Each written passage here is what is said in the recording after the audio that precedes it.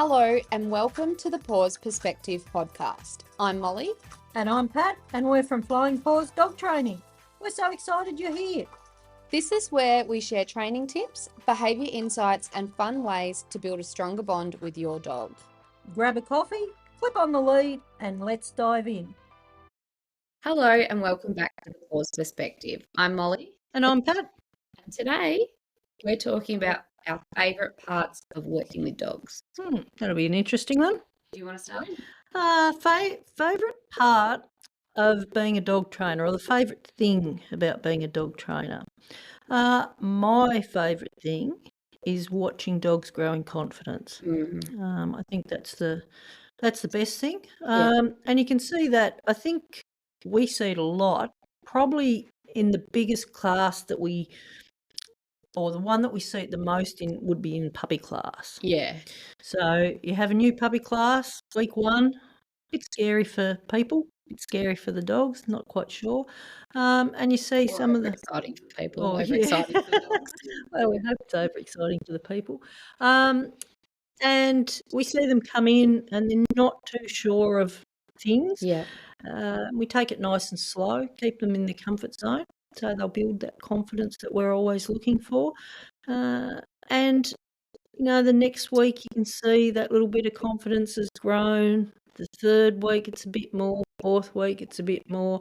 And sometimes, you know, they mightn't come out and do much, you know, and over a couple of weeks you see them coming out and they're doing more and more, and you know, their caregivers are getting more excited because they're doing more stuff. Yeah. And you can just see that confidence. And even when we do things, you know, they might put their feet on different things or work over different surfaces.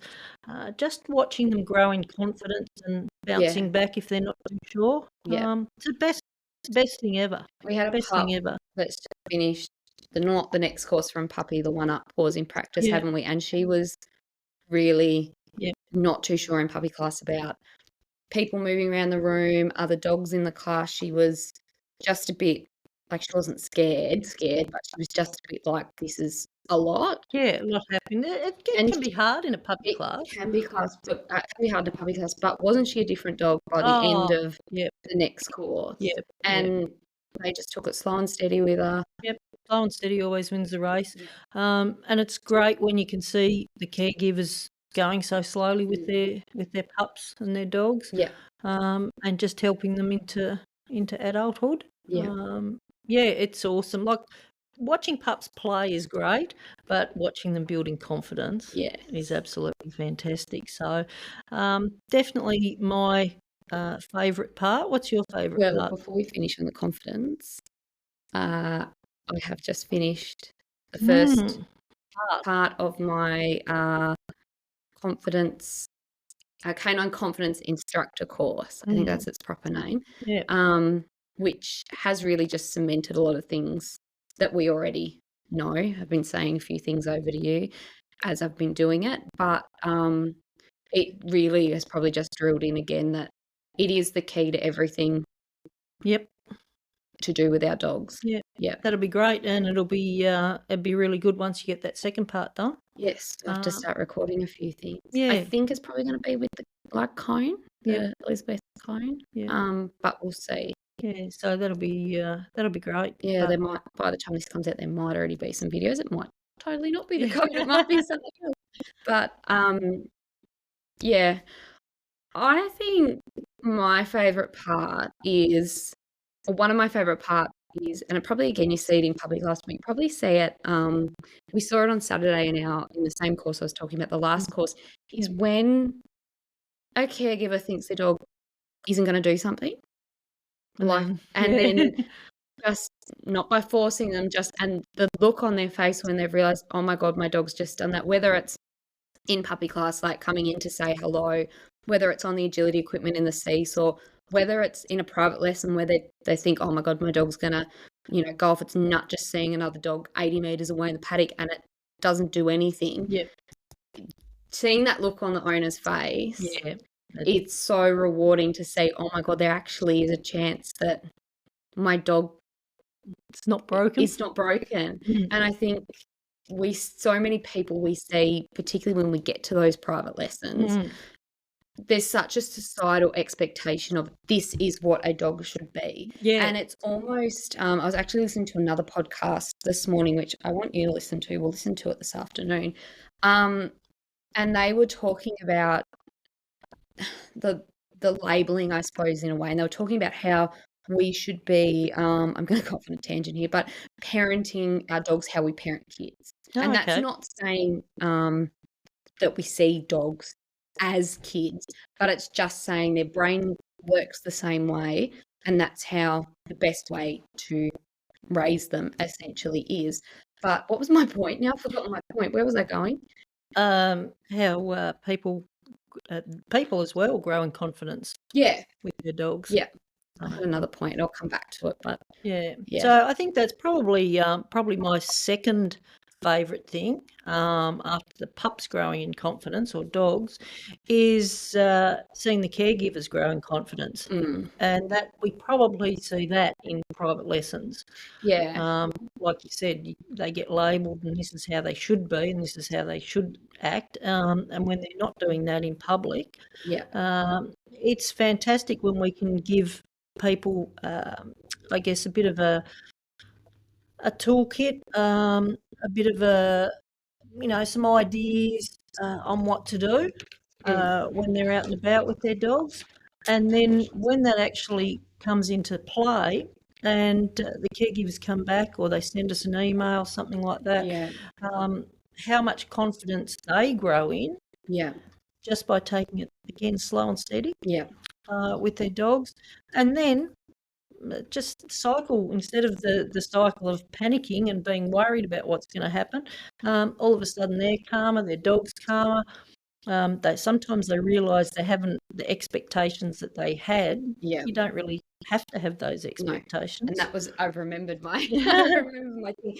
What I was getting at was, we're very quick to this is, I'm going to struggle with wording this, I think, but say our dog is this, our dog knows this, our dog should do this, and have these expectations that, well, it knows a recall, so it should just recall, or it knows how to sit, so it should just sit.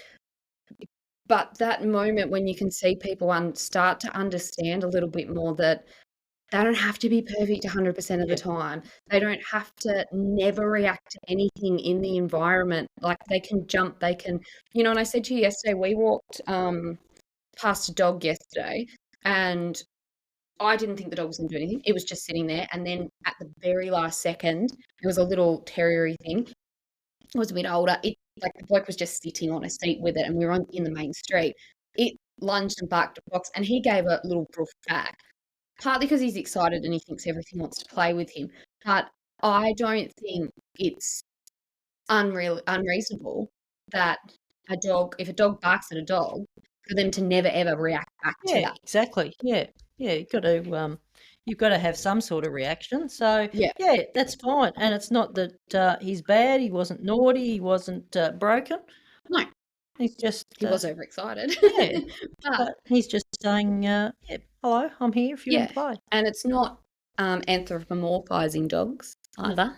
And this is, again, what I want you to listen to, this podcast was talking about, that it's also dangerous in a way not to anthropomorphize them, in the sense that we just assume that they don't have emotions. They don't feel things the same way we do, because they definitely do. Oh, definitely. Yeah, definitely. So, and I think, I don't know what your next one is, but I guess the connection that you see, which is sort of what you were talking about a bit too. Yeah. That connection when the dog does something, and the owner, is just so happy about it, and you can see that bond growing. Dog-human bond is pretty unreal. Sometimes you see it in puppy class, sometimes it takes a little bit longer. But they're pretty good things. They're the favourite things, aren't they? Yeah, and I think some of those, so we say, harder dogs that then might come into a group environment, or have been in a group environment, might have to be a little bit further away. When they actually get that little bit closer, and it might not even necessarily be being in the same paddock. No. It's just that they can get, 5 or 10 meters closer than they were previously. Those little wins are Oh, so massive. rewarding for us as well as Oh, yeah. the owner. Yeah, definitely. It's you sort of invested in the couple In the journey. in the journey there as well with them. So you're sort of tagging along. Such an So overused word, journey, isn't it? yeah, But it's it is. yeah, Yeah, and it's great. We feel as good as the caregivers do when things happen. So yeah. that's great. Probably the other little fun thing that I do like is, and we don't really have enough time in a lot of the classes, but sometimes we get it in private lessons, is if we've got to show little kids how to do something with a Oh, dog. yeah, you like doing it. Yeah, I quite like that, Kids are having such little sponges oh, yeah, and are used to learning. Like, learning. they're at school. We forget how to learn, I think, in a way when we're adults. Oh, definitely, Or we yeah, can forget how to learn. yeah. Yeah. So, yeah, having, if you get it in a private lesson and I can spend time just teaching the kid how to do something with the dog, I love doing that. Yeah. That's really fun, that is. So, yeah, it's always a good one. Don't very often have it because there's usually other bigger problems, Yeah. but yeah, no, that's a fun one. Yeah. Anything else you like? I probably like watching when people come in on week 1 and the dog might be, like, really overexcited and, like, you're talking and the dog might be, like, biting at them a bit because it's just a pup and then, like, I'll usually go up and say to them, like, "Have you got something?" Like, we say to bring a chew or a snuffle mat, and they're like, "Oh, no," and I'm like, "Do you wanna get something?" I'm like, "You don't have to," like, we're always very much and they're Yeah. like, "Oh, yeah," and sometimes you can see on their face they're thinking they're not gonna be interested in this. And then the dog just settles down with their chew, and you can almost see the person go, Oh, "Ooh." yeah. They can actually I like listen and those moments of yeah, and I yeah. think maybe because I can relate to them, like, I had Murph was we probably could do an episode on Murph, couldn't we? Yeah. And on a younger Murph, because there's probably not a lot of people that know. No, not Murph when he came to puppy class. Yeah, No, or even for a while after that. He yeah, just is sort of the lazy lump in the office now, but yeah, if he comes to the office, he's not yeah, here today. But, yeah, when you've had a few of those moments and you see it's like anything, when you can relate to someone else and oh, what they're yeah, going through yeah, and know you've helped a little bit with that, it's yeah, really rewarding. yeah, it is, Yeah. yeah. Fun stuff. Yeah, it is. Mm. Well, that's probably a wrap on, today's episode. Yeah, just a little fun one on, what we like being a dog trainer. I don't think, we included, training our dogs or anything in there, No, probably not. but that's not bad too, but, No. the other stuff I is, could say that very I like rewarding. that I've basically Fox has been trained for free. Yeah, well. I've been paid to actually, someone pointed that out not long ago, didn't they? In the Yeah, class that we bring our dogs to, and someone was like, "Oh my God, look what he's doing," and yeah. another lady said she realized she's paid to train a dog. Yeah. Yeah, But well, it's alright if you can get away with that, yeah, it isn't it? is, So, isn't it? yeah. But yeah, No, all fun. So, that's it. Nice well, little quick one tonight. it is. Yeah. Alrighty. All right, we'll see you in the next one. Don't forget to, follow us and give us a 5-star rating, and we'll see you soon. Bye. Bye.